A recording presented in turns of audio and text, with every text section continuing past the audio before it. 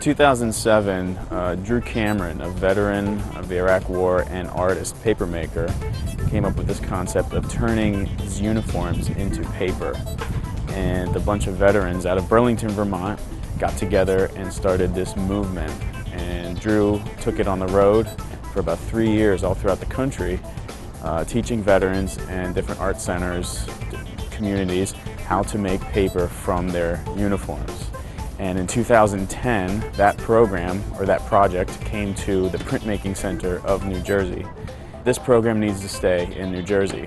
So as Drew moved on and kept traveling with the project, CombatPaper2016 was born in 2011 when I came on board and brought this program to all the corners of New Jersey, basically. I saw like some pictures of what my friends did. I thought it was pretty cool, and I heard about it again this year, and they told me they were out here today, so I snipped up some Marine uniforms and started making my own batch.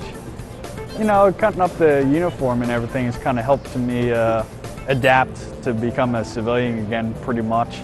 You know, like a lot of people underestimate like how much of a change it is to go from being in the military back into the civilian world. And this is kind of me, you know, getting things off my chest, I guess. The combat paper process is to deconstruct the uniform down by cutting it up into little pieces. Those little pieces are then put into a paper beater, and the paper beater macerates those fibers down into a pulp slurry. That pulp slurry is then pulled out of a vat, and that process, that part of the process, is the reclamation. The veteran is then reclaiming the uniform, putting it all back together into something different and something new, and that is paper. And then the paper becomes the platform for the veteran to communicate his or her stories.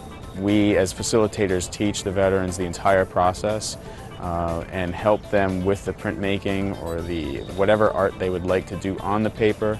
It is their story, it's their experience, and ultimately that paper is then publicly displayed in an exhibition where the veteran participant can get up and talk about his or her stories, the process that they went through, and communicate to the public. And ultimately that is a process that we like to say is deconstruct, reclaim, and communicate. Well, I guess essentially the core of the process is about collaboration. The idea is veterans working with veterans to communicate their stories through art.